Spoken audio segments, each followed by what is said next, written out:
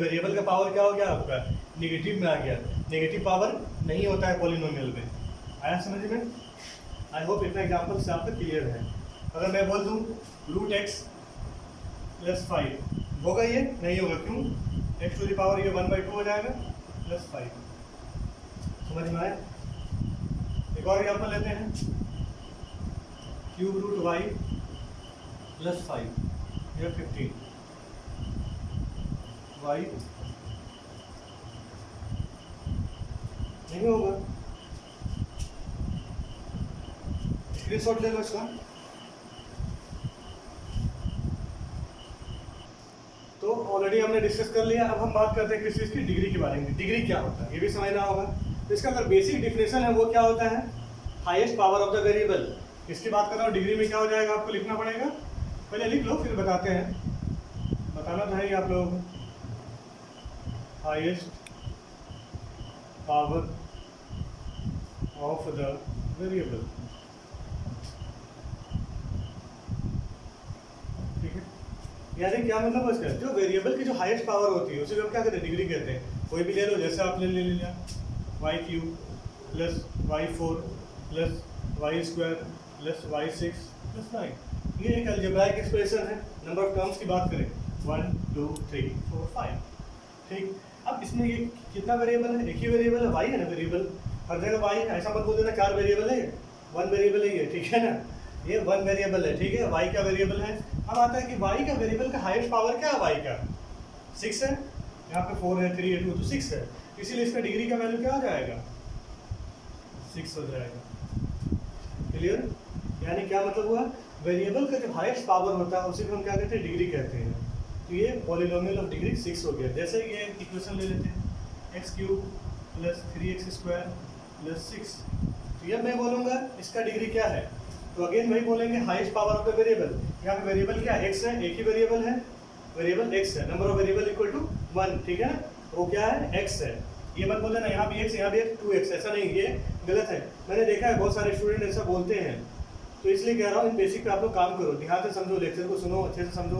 जो डाउट होगा मुझसे पूछो, no issue, I am going to sort out your problem. Whatever doubt you have you can query me, no issue. Okay dear, दोनों clear. चलो देख लो। तो मैं क्या बात कर रहा था, x³ 3x² प्लस 6। तो यहाँ पे वेरिएबल क्या है, x है, एक ही वेरिएबल है ना। x का हाईएस्ट पावर क्या हो जाएगा, यहाँ पे 3 है, इसलिए क्या हो जाएगा, डिग्री 3 हो जाएगा। Is it clear to you? Degree 3 हो जाएगा, ठीक। अगर मैं साइड में ये लिख दिया x1/2 प्लस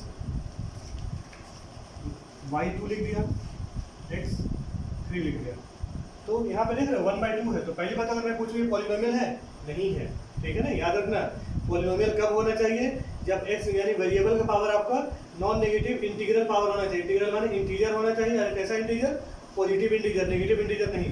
और आप लोगों को पता होगा इंटीजर क्या होता है, ये तो बच्चों वाला सवाल है, है ना। इंटीजर क्या होता है? Collection of negative number, zero and positive number, या बोल सकते हो कलेक्शन ऑफ नेचुरल नंबर और नेगेटिव ऑफ नेचुरल नंबर। यही था आपका इंक्लूडिंग जीरो। तो इसी को आप लोग क्या बोलते हो? इंटीजर। तो ये चीज़ समझ में आ गया ना आपको। अब नेक्स्ट आपको इसे समझना है कि कोएफिशिएंट के बारे में भी समझ लो अच्छे तरीके से। देखो मैं इसको थोड़ा एक काम करूँ, इसका स्क्रीनशॉट आप लोग ले लो, है ना। ले लिया स्क्रीनशॉट। तो मैं अब नेक्स्ट इसका जो पार्ट है वो कोएफिशिएंट समझ लो आप लोग। कोएफिशिएंट क्या होता है? जैसे मैंने लिखा किसी कोई भी एक अलजेब्राइक एक्सप्रेशन लिखा, जैसे कि x³ + 2x² - 6x, मैं बोलूँ यहाँ पर कि x² का कोएफिशिएंट क्या है। तो कोएफिशिएंट होता क्या है? कोई भी जो टर्म होता है, यहाँ पे नंबर ऑफ टर्म्स कितना है? 3 है। टर्म का जो, समझो ध्यान से, टर्म का जो कांस्टेंट वैल्यू होता है उसी को हम कोएफिशिएंट कहते हैं, ठीक है। टर्म का कांस्टेंट वैल्यू क्या कहलाएगा? कोएफिशिएंट कहलाएगा। तो यहाँ पे इसका अगर मैं बात करूँ, x³ का कोएफिशिएंट क्या है? 1 हो जाएगा। x² का कोएफिशिएंट क्या हो जाएगा? 2 हो जाएगा। x का कोएफिशिएंट क्या हो जाएगा? -6 हो जाएगा। आई बात समझ में? इसी को हम कहते हैं कोएफिशिएंट कहते हैं, ठीक है। तो this is the concept. Thank you dear. फिर मिलेंगे नेक्स्ट लेक्चर में। हमारे चैनल को लाइक करें, सब्सक्राइब करें और शेयर करें और बाकी लोगों तक आप पहुंचाते रहें। Thank you, see you, bye bye.